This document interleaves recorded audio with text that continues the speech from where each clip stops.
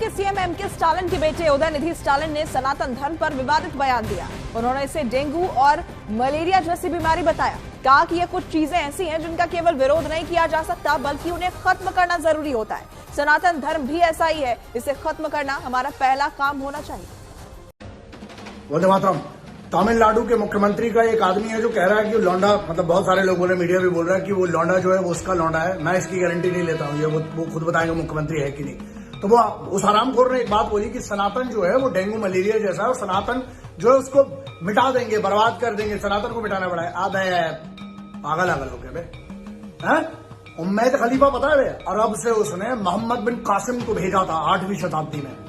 2 घंटा कुछ नहीं उखाड़ पाए। दाहिर ने इतना मारा, राजा दाहिर ने।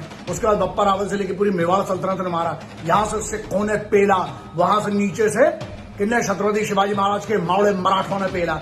तुम कह रहे सनातन की बात करें, ये कौन है? महाराणा प्रताप साहब ने क्या कहा? हर हर महादेव। इनने क्या कहा? जय भवानी।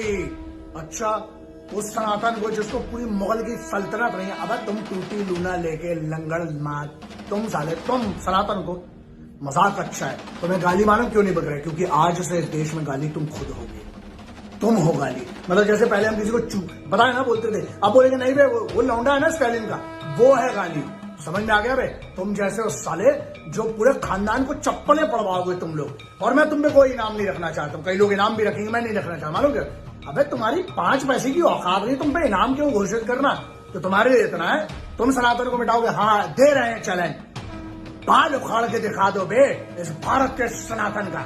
वंदे मातरम। तो सर ने धर्म के विषय में के हुए कर्म क्षेत्र के भयंकर दृश्य की कल्पना माता से ही कांपते हुए सत्य प्रकाश से बाज रहने के लिए इस महान सिद्धांत की आड़ मत लो। यदि सचमुच उस कल्पित समय को लाने की चेष्टा है तो आओ, पहला काम पतित भारत का उत्थान करना होगा, गुलामियों की जंजीरों को काटना होगा, अत्याचार का सर्वनाश करना होगा, पराधीनता को मिट्टी में मिलाना होगा। क्योंकि यह अपनी कमजोरी के कारण उस मनुष्य जाति को, जिसकी सृष्टि परम पिता ने अपने ही अनुरूप की थी, न्याय पथ से भ्रष्ट करने का प्रलोभन हो रहा है। यदि उपरोक्त कथन की सत्यता को मानते हुए भी तुम जेल के डर से या फांसी के डर से मार्ग में आने से झिझकते हो तो आज से इस ढोंग को छोड़ दो। आए कौन माता का लाल सच्चे हृदय से विश्व बंधुता का इच्छुक है? कौन है समस्त संसार के लिए अपना सुख बलिदान करने वाला? कोई गुलाम जाति इस उच्चतम सिद्धांत का नाम तक लेने की अधिकारी नहीं है। एक गुलाम मनुष्य के सुख से निकलकर इसका महत्व ही जाता रहता है। एक अपमानित मनुष्य पद, दलित मनुष्य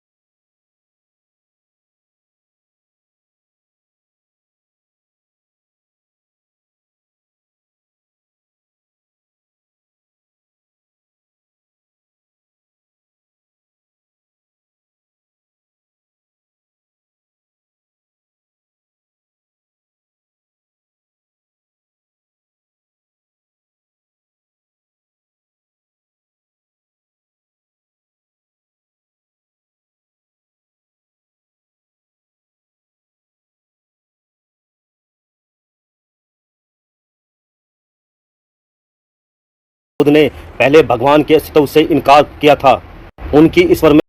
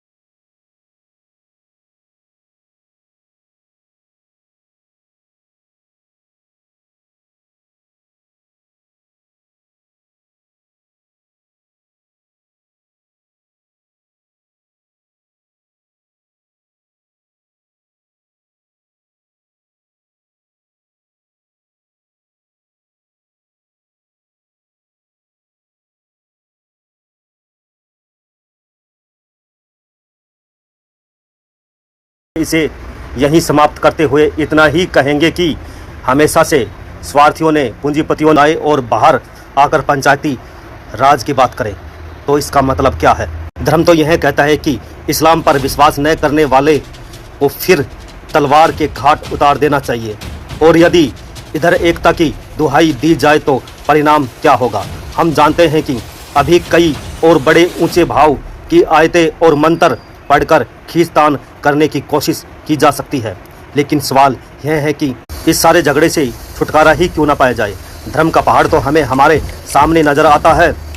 मान ले कि भारत में स्वतंत्रता संग्राम छिड़ जाए, सेनाएं आमने सामने बंदूक के ताने खड़ी हो, गोली चलने ही वाली हो, और यदि उस समय कोई मोहम्मद गोरी की तरह, जैसा कि कहावत बताई जाती है, आज भी हमारे सामने गाय, सुअर, ग्रंथ साहिब, वेद, कुरान आदि चीज़ें खड़ी कर दी जाए तो हम क्या करेंगे?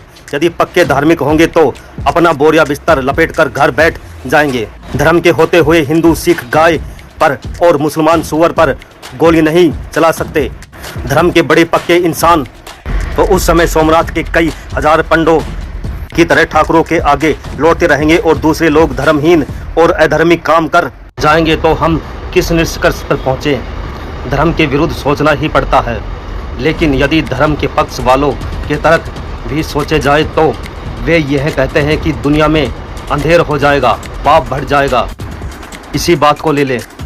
रूसी महात्मा टॉलस्टॉय ने अपनी पुस्तक एसे एंड लेटर में धर्म पर बहस करते हुए उसके 3 हिस्से किए हैं। नंबर 1, इन्सल्ट्स ऑफ रिलीजन, यानी धर्म की जरूरी बातें, अर्थात सच बोलो ना, चोरी न करना, गरीबों की सहायता करना, प्यार से रहना वगैरह। नंबर 2, फिलॉसफी ऑफ रिलीजन, यानी जन्म, मृत्यु, पुनर्जन्म, संसार रचना आदि का दर्शन। इसमें आदमी अपनी मर्जी के अनुसार सोचने और समझने का यत्न करता है। 3, रिचुअल्स ऑफ रिलीजन, यानी रस्मों रिवाज वगैरह। मतलब यह है कि पहले हिस्से में सभी धर्म एक है, सभी कहते हैं कि सच बोलो, झूठ न बोलो, प्यार से रहो। इन बातों को कुछ सज्जनों ने इंडिविजुअल रिलीजन कहा है। इसमें तो झगड़े का प्रश्न ही नहीं उठता, वरन यह है कि ऐसे नेक विचार हर आदमी में होने चाहिए। दूसरा, फिलॉसफी का प्रश्न है। असल में कहना पड़ता है कि philosophy is the outcome of human weakness, यानी फिलॉसफी आदमी की कमजोरी का फल है। जहाँ भी आदमी देख सकते हैं वहाँ कोई झगड़ा नहीं, जहाँ कुछ नजर न आया वहीं दिमाग लड़ाना शुरू कर दिया और खास निष्कर्ष निकाल लिए। वैसे तो फिलॉसफी बड़ी जरूरी चीज़ है, क्योंकि इसके बगैर उनकी नहीं हो सकती, लेकिन इसके साथ साथ शांति होनी भी बड़ी जरूरी है। हमारे बुजुर्ग कह गए हैं कि मरने के बाद पुनर्जन्म भी होता है। ईसाई और मुसलमान इस बात को नहीं मानते। बहुत अच्छा, अपना अपना विचार है। आइए प्यार के साथ बैठकर बहस करें, एक दूसरे के विचार जानें। लेकिन मसला ए तनासुक पर बहस होती है तो आर्य समाजियों व मुसलमानों में लाठियाँ चल जाती है। बात यह है कि दोनों पक्ष दिमाग को, बुद्धि को, सोचने समझने की शक्ति को ताला लगाकर घर रखकर आते हैं। वे समझते हैं कि वेद, भगवान में ईश्वर ने इसी तरह लिखा है और वही सच्चा है। वे कहते हैं कि कुरान शरीफ में खुदा ने ऐसे लिखा है और यही सच है। अपने सोचने की शक्ति को छुट्टी दी हुई है। तो जो फिलॉसफी हर व्यक्ति की निजी राय से अधिक महत्व न रखती हो, तो एक खास फिलॉसफी मानने के कारण भिन्न गुट न बने, तो इससे क्या शिकायत हो सकती है। अब आती है तीसरी बात, रस्मों रिवाज। सरस्वती पूजा वाले दिन सरस्वती की मूर्ति का जुलूस निकलना जरूरी है। उसमें आगे बैंड बाजा बजना भी जरूरी है। लेकिन हेरिमन रोड के रास्ते में एक मस्जिद भी आती है। इस्लाम धर्म कहता है कि मस्जिद के आगे बाजा न बजे। अब क्या होना चाहिए? नागरिक आज़ादी का हक कहता है कि बाजार में बाजा बजाते हुए भी जाया जा सकता है, लेकिन धर्म कहता है कि नहीं। इनके धर्म में गाय का बलिदान जरूरी है और दूसरे के धर्म में गाय की पूजा लिखी हुई है। अब क्या हो? पीपल की शाखा कटते ही धर्म में अंतर आ जाता है, तो क्या किया जाए? तो यही फिलॉसफी व रस्मों रिवाज के छोटे मोटे भेद बाद में जाकर नेशनल रिलीजन बन जाते हैं और अलग अलग संगठन बनने के कारण बनते हैं। परिणाम हमारे सामने है। सो यदि धर्म पीछे लिखी तीसरी और दूसरी बात के साथ अंधविश्वास को मिलाने का नाम है, तो धर्म की कोई ज़रूरत नहीं। इसे आज ही उड़ा देना चाहिए। यदि पहली और दूसरी बात में स्वतंत्र विचार मिलाकर धर्म बनता है तो धर्म मुबारक है, लेकिन अलग अलग संगठन और खाने पीने का भेदभाव मिटाना जरूरी है। छूत अछूत शब्दों को जड़ से निकालना होगा। जब तक हम अपनी तंगदिली छोड़कर एक न होंगे तब तक हम में वास्तविकता एकता नहीं हो सकती। इसलिए ऊपर लिखी हुई बातों के अनुसार चलकर ही हम आज़ादी की ओर बढ़ सकते हैं। हमारी आज़ादी का अर्थ केवल अंग्रेजी चुंगल से छुटकारा पाने का नाम नहीं है, वह पूर्ण स्वतंत्रता का नाम है। जब लोग परस्पर घुल मिल कर रहेंगे और दिमागी गुलामी से भी आज़ाद हो जाएंगे। हमारे देश जैसे बुरे हालात किसी दूसरे देश के नहीं हुए हैं। यहाँ अजब गजब सवाल उठते रहते हैं। एक अहम सवाल अछूत समस्या है। समस्या यह है कि 30 करोड़ की जनसंख्या वाले देश में 6 करोड़ लोग अछूत कहलाते हैं। उनके स्पर्श मात्र से धर्म भ्रष्ट हो जाएगा। उनके मंदिर में प्रवेश से देवगण नाराज हो उठेंगे। कुएं से उनके द्वारा पानी निकालने से कुआं अपवित्र हो जाएगा। ये सवाल 20वीं सदी में किए जा रहे हैं, जिन्हें की सुनते ही शर्म आती है। हमारा देश बहुत अध्यात्मवादी है, लेकिन हम मनुष्य को मनुष्य का दर्जा देते हुए भी झिझकते हैं। लेकिन पूर्णतः भौतिकवादी कहलाने वाला यूरोप कई सदियों से इंकलाब की आवाज़ उठा रहा है। उन्होंने अमेरिका और फ्रांस की क्रांतियों के दौरान ही समानता की घोषणा कर दी थी। आज रूस ने भी हर प्रकार का भेदभाव मिटाकर क्रांति के लिए कमर कसी हुई है। हम सदा ही आत्मा परमात्मा के वजूद को लेकर चिंतित होने तथा इस जोरदार बहस में उलझे हुए हैं कि क्या अछूत को जिन्हें दे दिया जाएगा, वे वेद शास्त्र पढ़ने के अधिकारी हैं अथवा नहीं। हम उलाहना देते हैं कि हमारे साथ विदेशों में अच्छा सलूक नहीं होता। अंग्रेजी शासन हमें अंग्रेजों के समान नहीं समझता, लेकिन क्या हमें यह शिकायत करने का अधिकार है?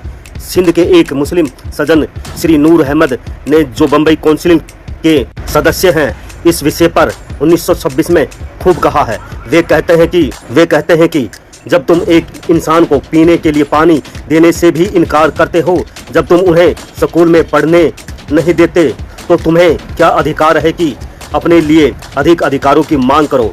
जब तुम एक इंसान को समान अधिकार देने से भी इनकार करते हो, तो तुम अधिक राजनीतिक अधिकार मांगने के लिए कैसे अधिकारी बन गए?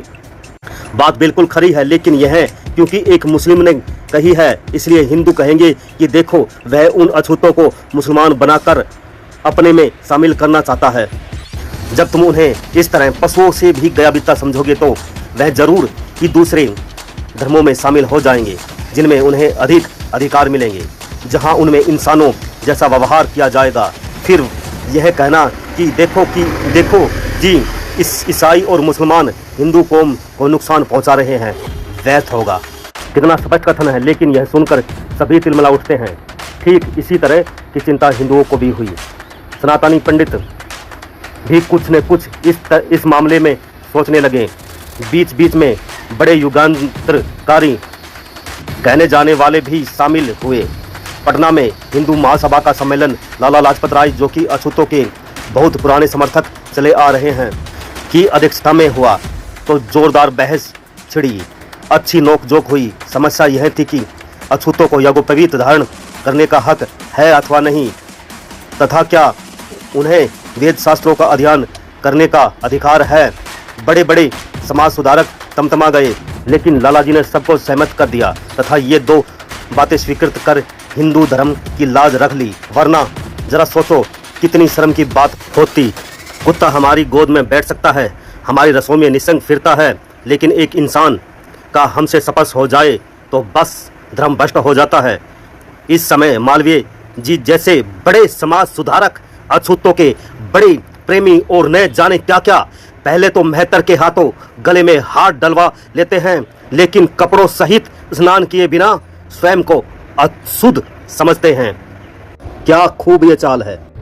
सबको प्यार करने वाले भगवान की पूजा करने के लिए मंदिर बना है, लेकिन वहां अछूत जा घुसे तो मंदिर अपवित्र हो जाता है, भगवान रुष्ट हो जाता है। घर की जब यह स्थिति हो तो बाहर हम बराबरी के नाम पर झगड़ते अच्छे लगते हैं। तब हमारे इस रवैये में कृतघ्नता की भी हद पाई जाती है। जो निम्नतम काम करके हमारे लिए सुविधाओं को उपलब्ध कराते हैं, उन्हें ही हम दुराते हैं। पशुओं की हम पूजा कर सकते हैं, लेकिन इंसान को पास नहीं बिठा सकते। उन्होंने बड़ा पाप किया, मानव के भीतर की मानवता को ही समाप्त कर दिया, आत्मविश्वास स्वावलंबन की भावना को समाप्त कर दिया, बहुत दमन और अन्याय किया गया। आज उस सब के प्रायश्चित का वक्त है। इसके साथ एक दूसरी गड़बड़ी हो गई है, लोगों के मनों में आवश्यक कार्यों के प्रति घृणा पैदा हो गई है। हमने जुलाहों को भी दुदकारा, आज कपड़ा बुनने वाले भी अछूत समझे जाते हैं, यूपी की तरफ कहार को भी अछूत समझा जाता है। इससे बड़ी गड़बड़ी पैदा हुई। ऐसे में विकास की प्रक्रिया में रुकावटें पैदा हो रही है। इन तबकों को अपने समक्ष रखते हुए हमें चाहिए कि हम न इन्हें अछूत कहें और न ही समझे, बस समस्या हल हो जाती है। नौजवान भारत सभा तथा कांग्रेस ने जो ढंग अपनाया है वह काफ़ी अच्छा है। जिन्हें आज तक अछूत कहा जाता रहा है, उनसे अपने इन पापों की क्षमा याचना करनी चाहिए तथा इन्हें अपने जैसा इंसान समझना, बिना अमृत छकाए, बिना कलमा पढ़ाए या शुद्धि किए उन्हें अपने में शामिल करके उनके हाथ से पानी पीना यही उचित ढंग है। और आपस में खींचतान करना और व्यवहार में कोई भी हक ना देना कोई ठीक बात नहीं। जब गांवों में मजदूर प्रचार शुरू हुआ, उस समय किसानों को सरकारी आदमी यह बात समझाकर भड़काते थे कि देखो ये भंगी चमारों को सिर पर चढ़ा रहे हैं और तुम्हारा काम बंद करवाएंगे। बस किसान इतने में बढ़ गए। उन्हें याद रखना चाहिए, हालत तब तक नहीं सुधर सकती जब तक कि वे इन गरीबों को नीच कमीना कहकर अपने जूती के नीचे दबाए रखना चाहते हैं। अक्सर कहा जाता है कि वे साफ नहीं रहते। इसका उत्तर साफ है, वे गरीब हैं। गरीबी का इलाज करो। ऊंचे ऊंचे कुलों के गरीब लोग भी कोई कम गंदे नहीं रहते। गंदे काम करने का बहाना भी नहीं चल सकता, क्योंकि माताएं बच्चों का मैला साफ करने से बेहतर तथा अछूत तो नहीं हो जाती। लेकिन यह काम उतने तक नहीं हो सकता जितने समय तक कि अछूते कौमें अपने आप को संगठित न कर लें। हम तो समझते हैं कि उनका स्वयं को अलग संगठनबद्ध करना तथा मुस्लिमों के बराबर गिनती में होने के कारण उनके बराबर अधिकारों की मांग करना बहुत आशाजनक संकेत है। या तो सांप्रदायिक भेद का झंझट ही खत्म करो, नहीं तो उनको अलग अधिकार उन्हें दे दो। काउंसिलों और असेंबलियों का कर्तव्य है कि वे स्कूल, कॉलेज, कुएं तथा सड़क के उपयोग की पूरी स्वतंत्रता उन्हें दिलाए। जबानी तौर पर नहीं, वर्ण साथ ले जाकर उन्हें कुएं पर चढ़ाएं। उनके बच्चों को स्कूलों में प्रवेश दिलाएं। लेकिन जिस लेजिस्लेटिव असेंबली में बाल विवाह के विरुद्ध पेश किए बिल तथा मजहब के बहाने हाय तौबा मचाई जाती है, वहां वे अछूतों को अपने साथ शामिल करने का साहस कैसे कर सकते हैं। इसलिए हम कहते हैं कि उनके अपने जनप्रतिनिधि हो, वे अपने लिए अधिक अधिकार मांगे। हम तो साफ कहते हैं कि उठो अछूत कहलाने वाले असली जनसेवकों तथा भाइयों, उठो, अपना इतिहास देखो। गुरु गोविंद सिंह की फौज की असली शक्ति तुम ही थे। शिवाजी तुम्हारे भरोसे ही सब कुछ कर सके, जिस कारण उनका नाम आज भी जिंदा है, तुम्हारी कुर्बानियां स्वर्ण अक्षरों में लिखी हुई है। तुम जो नित्य प्रति सेवा कर जनता के सुखों में बढ़ोतरी करके और जिंदगी संभव बनाकर यह बड़ा भारी एहसान कर रहे हो, उसे हम लोग नहीं समझते। लैंड एलियनेशन एक्ट के अनुसार तुम धन एकत्रित कर भी जमीन नहीं खरीद सकते। तुम पर इतना जुल्म हो रहा है कि मिस मियो मनुष्य से भी कहती है, उठो, अपनी शक्ति को पहचानो, संगठनबद्ध हो जाओ। असल में स्वयं कोशिशें किए बिना कुछ भी नहीं मिल सकेगा। स्वतंत्रता के लिए स्वाधीनता चाहने वालों को स्वयं यत्न करना चाहिए। इंसान की धीरे धीरे कुछ ऐसी आदतें हो गई हैं कि वह अपने लिए तो अधिक अधिकार चाहता है, लेकिन जो उनके मातहत है उन्हें वह अपनी जूती के नीचे दबाए रखना चाहते हैं। कहावत है, लातों के भूत बातों से नहीं मानते। अर्थात संगठनबद्ध हो, अपने पैरों पर खड़े होकर पूरे समाज को चुनौती दे दो, तब देखना कोई भी तुम्हें तुम्हारे अधिकार देने से इनकार करने की जुर्रत न कर सकेगा। तुम दूसरों की खुराक मत बनो, दूसरों के मुंह की ओर न ताको, लेकिन ध्यान रहे नौकरशाही के झांसे में मत फंसना। यह तुम्हारी कोई सहायता नहीं करना चाहती, बल्कि तुम्हें अपना मोहरा बनाना चाहती है। यही पूंजीवाद, नौकरशाही तुम्हारी गुलामी और गरीबी का असली कारण है। इसलिए तुम उसके साथ कभी न मिलना, उसकी चालों से बचना, तब सब कुछ ठीक हो जाएगा। तुम असली सर्वहारा हो, संगठनबद्ध हो जाओ, तुम्हारी कुछ न हानि होगी, बस गुलामी की जंजीरें कट जाएंगी। उठो और वर्तमान व्यवस्था के विरुद्ध बगावत खड़ी कर दो।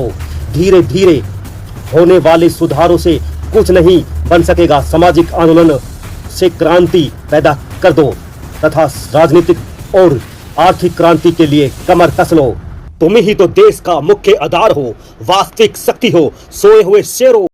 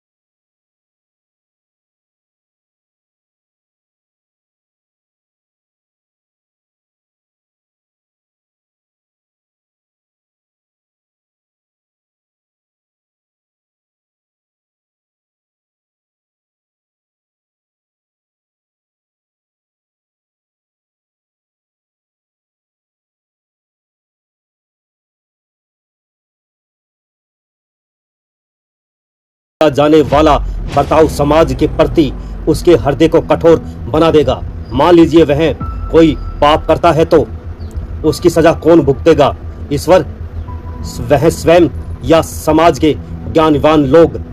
घमंडी और स्वार्थी ब्राह्मणों द्वारा जानबूझकर अज्ञानी बनाकर रखे गए उन लोगों की सजा के बारे में आप क्या कहते हैं, जिन्हें आपके पवित्र ज्ञान ग्रंथों यानी वेदों की कुछ पंक्तियां सुन लेने का दंड अपने कानों में पिघलते हुए गर्म शीशे की धार झेलकर भरना पड़ता था?